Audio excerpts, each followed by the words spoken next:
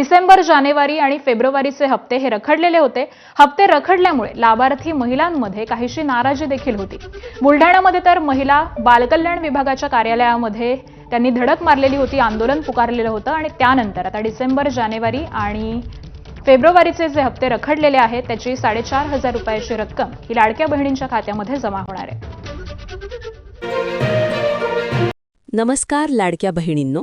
आज शनिवार 7 मार्च रोजी लाडकी बहीण योजनेबाबत अत्यंत मोठी आणि आनंदाची बातमी समोर आली आहे. राज्य सरकारच्या माध्यमातून 990 कोटी रुपयांचा निधी लाडक्या बहिणींच्या खात्यामध्ये जमा करण्यास सुरुवात झाल्याची माहिती समोर आली आहे. आणि यामध्ये अनेक महिलांच्या खात्यामध्ये 1,500 रुपये फेब्रुवारीचा हप्ता जमा होऊ लागला आहे. काही महिलांना तर जानेवारी आणि फेब्रुवारी मिळून 3,000 रुपये देखील मिळणार असल्याची माहिती मिळत आहे. पण लाडक्या बहिणींनो, या सगळ्यात एक अत्यंत महत्त्वाची गोष्ट आहे, कारण सर्व महिलांना पैसे येणार नाहीत. सरकारने यासाठी काही नवीन नियम लागू केले आहेत.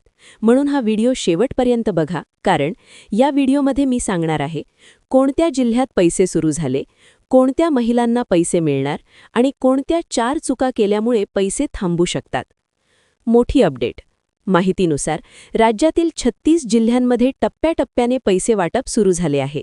गुरुवारी पहिल्या 12 जिल्ह्यांमध्ये पैसे जमा झाले, शुक्रवारी पुढील 12 जिल्ह्यांमध्ये पैसे जमा झाले आणि आज शनिवार उरलेल्या 12 जिल्ह्यांमध्ये पैसे जमा करण्याची प्रक्रिया सुरू आहे. म्हणजेच आज तुमच्या मोबाईलवर 1,500 रुपयांचा मेसेज येण्याची खूप मोठी शक्यता आहे.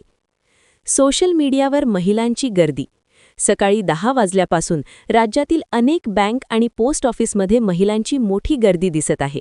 विशेषतः state bank of India, bank of Maharashtra, bank of India, post office या ठिकाणी महिलांनी पैसे काढण्यासाठी रांगा लावल्याचे चित्र पाहायला मिळत आहे. कारण मागच्या आठवड्यात जानेवारीचा 1,500 रुपयांचा हप्ता जमा झाला होता आणि आता फेब्रुवारीचा हप्ता देखील जमा होत असल्याने महिलांमध्ये आनंदाचे वातावरण आहे. पण सर्वांना पैसे मिळणार नाहीत. लाडक्या बहिणींनो, एक महत्त्वाची गोष्ट लक्षात ठेवा. सरकारने सांगितले आहे की यावेळेस फक्त 32 लाख महिलांनाच पैसे मिळणार आहेत. म्हणजे जवळपास 2 कोटी महिलांना अजून थांबावे लागणार आहे.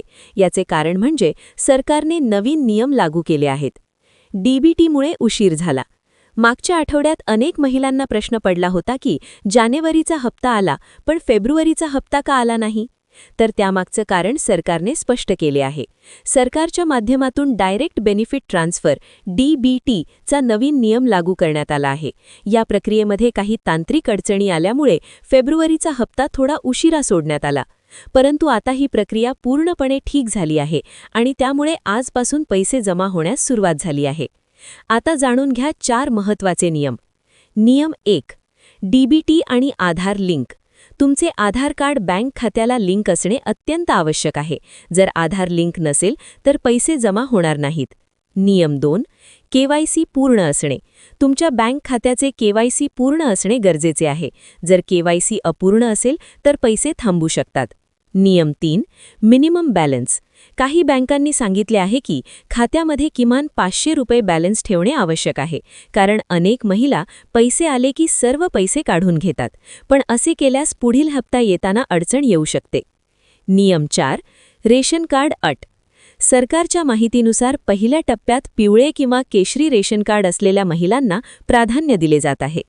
आता पाहूया कोणत्या जिल्ह्यात पैसे सुरू. पहिला टप्पा: चंद्रपूर, गोंदिया, गडचिरोली, अकोला, वाशिम, धुळे. दुसरा टप्पा: रत्नागिरी, रायगड, कोल्हापूर, सातारा. तिसरा टप्पा: बीड, बुलढाणा, नांदेड, लातूर, जालना. या जिल्ह्यांमध्ये आज पैसे जमा होण्याची शक्यता आहे. 20 मार्चपर्यंत पैसे येणार नाहीत. लाडक्या बहिणींनो, जर आज 7 मार्च रोजी पैसे जमा झाले नाहीत तर तुम्हाला पुढील 15 दिवस वाट पाहावी लागू शकते. कारण उद्या रविवार, त्यानंतर बजेट आणि अधिवेशन, यामुळे 20 मार्चपर्यंत पैसे उशिरा येण्याची शक्यता आहे. उद्या बँका बंद. लक्षात ठेवा, उद्या रविवार असल्यामुळे बँका बंद राहणार आहेत. म्हणून सरकारने आदेश दिले आहे की आजच सर्व पैसे जमा करा. जर आज पैसे आले नाहीत तर तुम्हाला 15 दिवस वाट पाहावी लागू शकते. शेवटची महत्त्वाची सूचना: जर अजूनही तुमच्या खात्यामध्ये पैसे आले नसतील तर लगेच आधार लिंक तपासा, KYC पूर्ण करा, बँक खाते सक्रिय आहे का ते तपासा. लाडक्या बहिणींनो, तुमच्या खात्यामध्ये 1500 रुपये आले का नाही ते कमेंटमध्ये नक्की सांगा. आणि अशीच महत्त्वाची अपडेट मिळवण्यासाठी व्हिडिओ तर लाडक्या बहिणींसाठी दिलासादायक बातमी.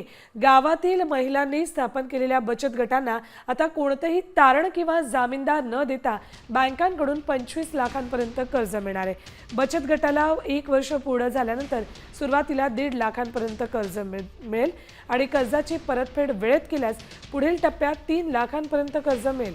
त्यानंतर हळूहळू कर्ज मर्यादा वाढवली जाईल. 3 लाखापर्यंतचं कर्ज वार्षिक 7% व्याजदराने उपलब्ध होईल.